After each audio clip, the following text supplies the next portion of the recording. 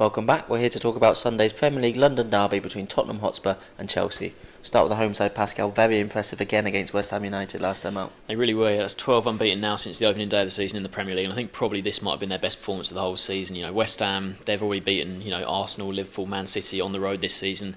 Usually very good away from home, but Spurs completely outplayed them. 4-1 win. So impressive in that. And that took them 10 places, 10 points better off than Chelsea, who they play here. So really impressive. And you have to say that watching the game back, it was quite a sort of cagey start to the match, but once they got that first goal from Kane, he did well to roll the defender. The defender certainly shouldn't have sort of lent in the way he did, but he rolled him, smashed it in, and then he got two more goals. He's in great form at the moment. Him and Lukaku probably the two informed strikers in the league at the moment, and certainly he could have had more. Kane, he could have easily had a hat trick. He had that miss, which was was hilarious the way he dragged that wide. It was one of the chances you just expected him to put away. I don't know why he didn't go near post. There was so much space at the near post there, but tried to go across goal and dragged it wide. But even with that miss, it was still a completely dominant performance. West Ham didn't defend well. I already talked about the first goal for Kane, but the second one from a corner from Alderweireld, he should not have been able to get a free header like that. And then Kane's second one should have easily been saved. It wasn't the best shot in the world, but just went under Adrian. And once it was 3-0, West Ham, they were never going to come back in the game. Walker, obviously that was a great finish from him to make it 4, and then Lanzini just with that late consolation. But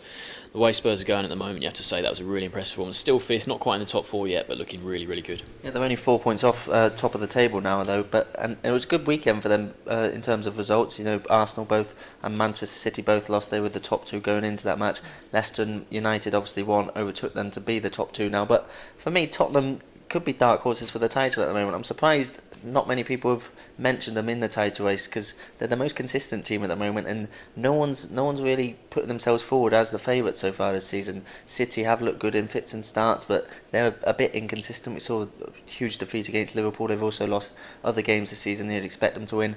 Arsenal can never really rely on them to be consistent throughout the season. They go through spells where they look unbeatable, but then they lose to West Brom as they did last time out, so they're inconsistent as well. Leicester are consistent, but you'd expect them to drop off. United haven't really convinced so far this season, despite getting the results. They're not playing too well, and they're not entertaining fans.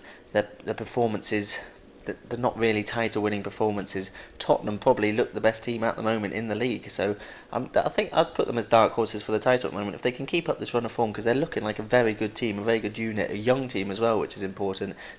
We thought after they sold Gareth Bale and changed so many players, such a big overhaul of players. There was a couple of seasons where they looked disjointed and all their players were trying to gel, but they look like they finally have started to gel now. Lamella's finding a bit of form, working well with the likes of Eriksen. When you bring Ali and Dyer into the middle, they've started their Tottenham careers really well, especially in that defensive midfield role where they look at home there. So they've got a very good team throughout. I think looking ahead to this weekend, it's going to be tough for them because they've got an away trip to Azerbaijan in the Europa League on the Thursday. It's their longest ever European trip, so it's uncharted territory for them. And then they're coming back and playing on the Sunday at 12 p.m, a very early kickoff as well. So that's going to be difficult for them. But certainly their results so far this season, their performances so far this season, everything's looking positive for them. Yeah, we talked about Dele Alli, who's really come to the fore this season, but he did pick up his 5th book in that game. A silly one for him to pick up as well, and Pochettino was angry about it actually after the game. He didn't seem to, I know Ali's a young player and he thought maybe just let him off for that, but Pochettino really did say, I'm not happy with him, he should not have picked up that booking, because clearly he wanted him to be playing in this game against Chelsea. It's a big game. I know there's 10 places between the two, but it's a big London derby, so Ali's going to be out, but there is a boost at Lamela. He was out suspended last week, so he'll come back for this one. So maybe they'll change the system a bit. Lamela go a bit further forward, maybe drop someone back in, like a Dembele could maybe come back into the more defensive role alongside Dyer. But certainly, like you said, Spurs do look very good at the moment, and they'll certainly take heart from this game last season. We all remember, I thought it was one of the games of the season last year, 5-3 on New Year's Day at White Hart Lane. It's when Kane, he scored 2 cracking goals in that game. He was phenomenal in that game, and if he keeps going the way he is, I think he'll think he can score against anyone, even though Chelsea, last couple of weeks, they have been good. And you mentioned about the Azerbaijan thing there, Chelsea, they went to Israel, but that was on Tuesday, so they've had 2 more days rest. And like I said, it is an early kick-off on Sunday, and it could play a part. Yeah, and you mentioned that New Year's Day one, Chelsea were top of the table then and looking almost unbeatable. City was coming back, but then Chelsea powered on towards the title and rather cruised towards the title. Completely different scenario this time around. Chelsea have been so poor this season, as we know. The shoots of recovery are there in the last few games. They played better. Unfortunate to lose against Stoke before the international break. Probably should have come away with that with at least 1 point, probably all 3 points, but the performance was there, it was much better. Same against Norwich last time out in the Premier League, another 1-0 win, narrow victory, and you'd say defensively Norwich could have done better with the goal they scored, but still it was a better performance and they deserved it. Midweek in the Champions League, 4-0 winners. I think that scoreline flattered them a little. Maccabi Tel Aviv are the worst team in the Champions League in group stages. They've got the only team without a point. They're the lowest scorers. They've conceded most goals.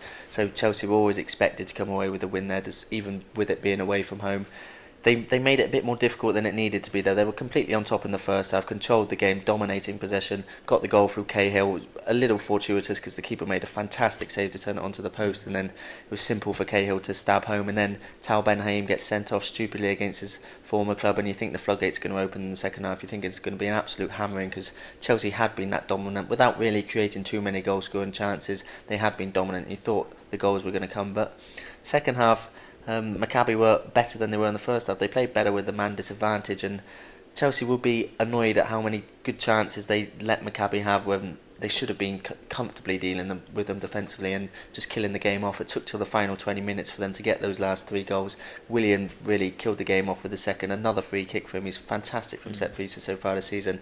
Probably been Chelsea's player of the season. He was man of the match again last night. So in the end it was a comfortable victory, but Mourinho, he wasn't happy. He hauled Hazard off after a misplaced pass. Hazard also, there was one moment where he didn't do his defensive duties, which we know has been a bit of an issue with Mourinho already this season. He also wasn't happy with Costa in the first half with his movement. So I think Mourinho's, despite winning 4-0, will probably be less happy with that performance than he was with the one against Stoke when they lost and Norwich when they won only 1-0.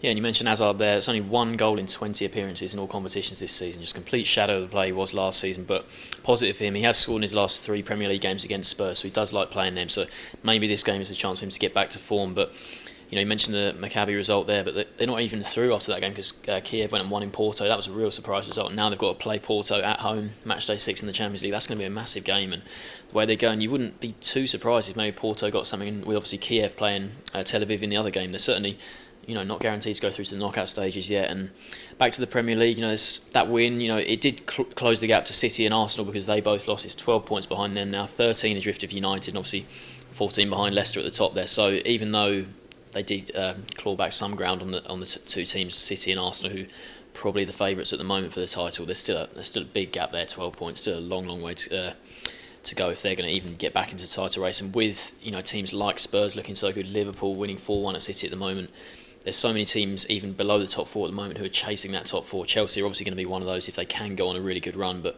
I think it's going to be really difficult for them to get into the top 4 because you mentioned already that Spurs probably a dark horse for the title this year. Liverpool, the way they played against City, they'll fancy a top 4 place. United looks so solid with their defence, and you'd expect City and Arsenal to still be up there come the end of the season. So I think it's going to be a really exciting race for the top 4 this season, and I think Chelsea, unless they can put together a string of a lot of wins, they just might get left behind because there's a lot of other teams looking quite good. Do you see them carrying on their resurgence here? I think it might be a draw. I think Chelsea, they have looked a bit better of late. You talked about even before the international break when they lost 3 in a row in the Premier League, they were looking a bit better in those games, and I think 2 back-to-back clean sheets in the last week, they've looked a bit more solid there. Spurs, even though Spurs have been really good of late, I think the fact they have to travel to Azerbaijan might have an effect on this, and I think it could be quite a cagey affair and we'll go for 1-1 draw. It is a difficult one, isn't it? I think without any midweek football, I'd probably predict a Tottenham win because they have been in such good form and they're looking like a really strong unit as a team. But as you mentioned, that Azerbaijan thing, it's always difficult to come back from such a long journey in the Europa League, and to have the 12 p.m. kickoff on a Sunday is going to be tough for them. So I agree with the draw. I think I'm going to go for 1-1 as well. So none of us can separate these 2 teams. Thanks for joining us.